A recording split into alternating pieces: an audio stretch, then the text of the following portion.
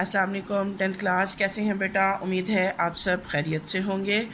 बिस्मिल्लाहिर्रहमानिर्रहीम से आज के लेक्चर का आगाज़ करते हैं।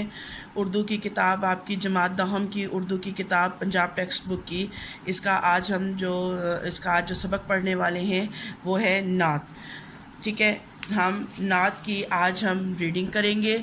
इसकी मैं वजाहत करूँगी, आपको आशार की तशरीह आपको करके बताऊँगी ताकि आप तशरीह लिखने के काबिल हो सकें। ठीक है, और इसका इस तरह से आगाज़ करते हैं। उससे पहले हम शायर का तारुफ पढ़ लेते हैं कि शायर जो है वो इसके कौन हैं और उनके बारे में मुख्तसर सा तारुफ पढ़ लेते हैं। जी, नात के जो शायर हैं वो हैं एहसान दानिश, उनका तखल्लुस है दानिश। ठीक है, एहसानुल हक नाम और दानिश उनका तखल्लुस था। एहसान दानिश के कलमी नाम से मशहूर हुए। कलमी नाम यानी जिस नाम से वो अपनी शायरी करते थे या लिखते थे, जिसे हम इंग्लिश में पेन नेम कहते हैं। कांदला ज़िला मुजफ्फरगढ़ यानी यूपी में पैदा हुए। वालिद की माली हालत नागुफ्ता थी, यानी बहुत ज़्यादा ख़राब थी, अच्छी हालत नहीं थी माली हालत। ठीक है, अरबी और फ़ारसी हाफिज़ मोहम्मद मुस्तफ़ा से पढ़ी।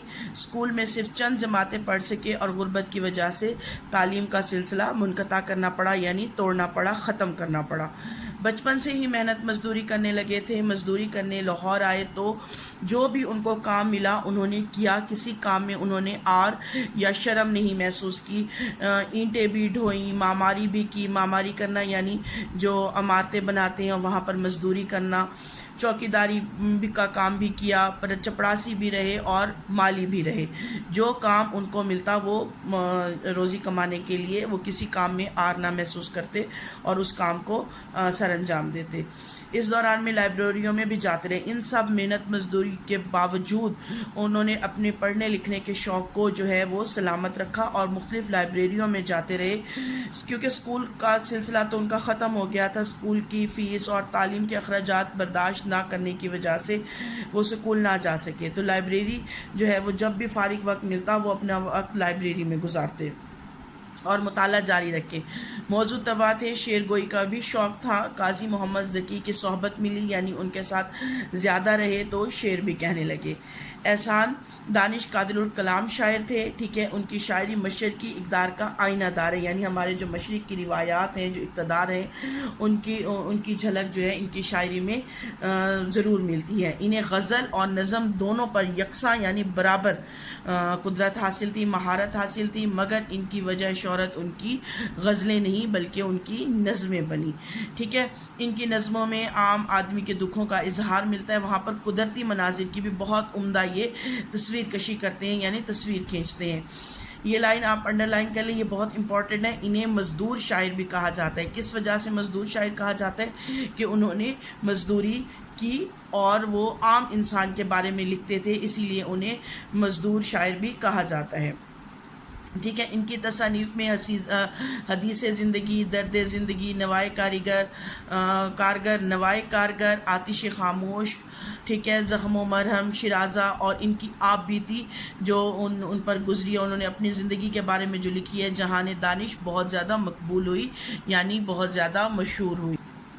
जी, अब इनकी नात का आगाज़ करते हैं। नात बेटा जैसा कि आप जानते हैं ऐसी नज़म जिसमें हजूर सल्लल्लाहु अलैहि वसल्लम की खूबियों को, सिफ़ात को और उनकी शान में जो हदिया पेश किया जाता है, शान अक़ीदत में जो है वो एक जो है वो बतौर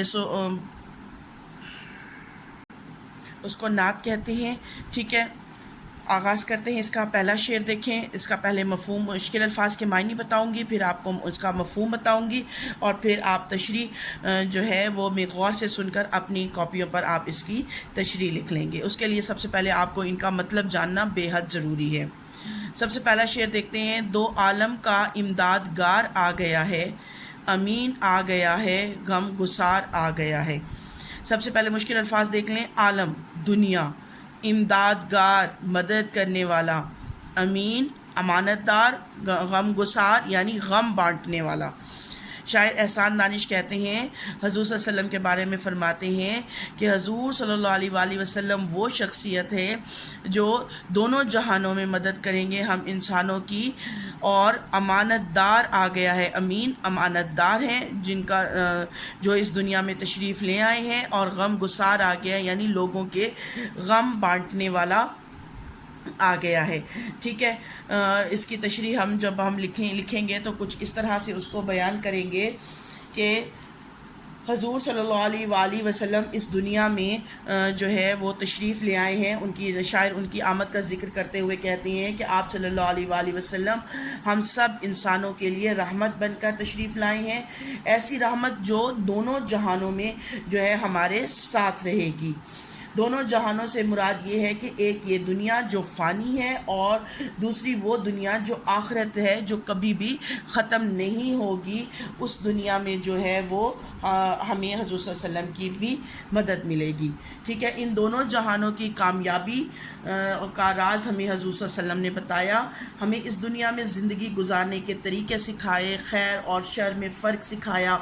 اللہ کا دین آپ صلی اللہ علیہ وآلہ وسلم کے پاس ایک امانت تھا جو آپ صلی اللہ علیہ وسلم پوری ایمانداری کے ساتھ جو ہے وہ ہم تک پہنچایا، نہ صرف پہنچایا بلکہ عمل بھی کر کے دکھایا۔ اور وہ لوگ جو آپ کے سخت دشمن تھے وہ بھی آپ صلی اللہ علیہ وسلم کو امین اور صادق کہہ کر پکارتے تھے، اس بات پر وہ یقین رکھتے تھے کہ آپ ایک امانت دار اور ایک سچے انسان ہیں۔ ٹھیک ہے، آپ صلی اللہ علیہ وآلہ وسلم سب لوگوں کے غم خار تھے۔ آپ صلی اللہ علیہ وسلم کی ذات سراپا رحمت تھی، لوگوں کے دکھ درد دور کرنا آپ صلی اللہ علیہ وسلم کا خاص وصف تھا۔ حضور صلی اللہ علیہ وسلم نے اپنی امت کی شفاعت کرنی ہے، اور اللہ تعالیٰ نے فرمایا کہ ہم نے آپ صلی اللہ علیہ وآلہ وسلم کو تمام جہانوں کے لیے رحمت بنا کر بھیجا۔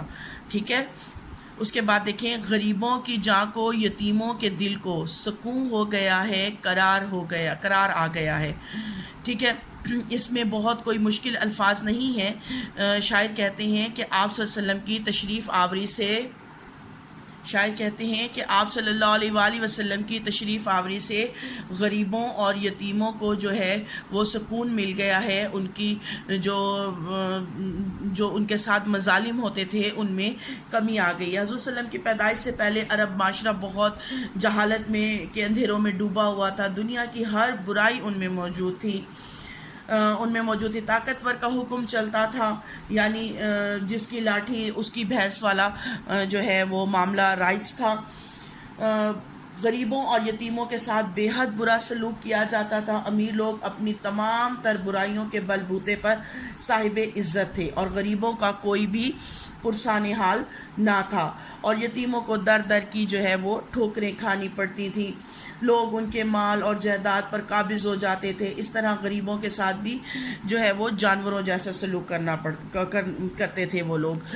لیکن جب حضور صلی اللہ علیہ وآلہ وسلم اس دنیا میں تشریف لائے اور انہوں نے دین اسلام کی تبلیغ کی، تو سب کے حقوق اور فرائض جب انہوں نے متعین کیے، انہوں نے بتائے اللہ کے حکم کے مطابق، تو غریبوں اور یتیموں اور مسکینوں کے ساتھ بھلائی کا حکم دیا تاکہ وہ بھی اس دنیا میں پرسکون زندگی گزار سکیں۔ اسی لیے ان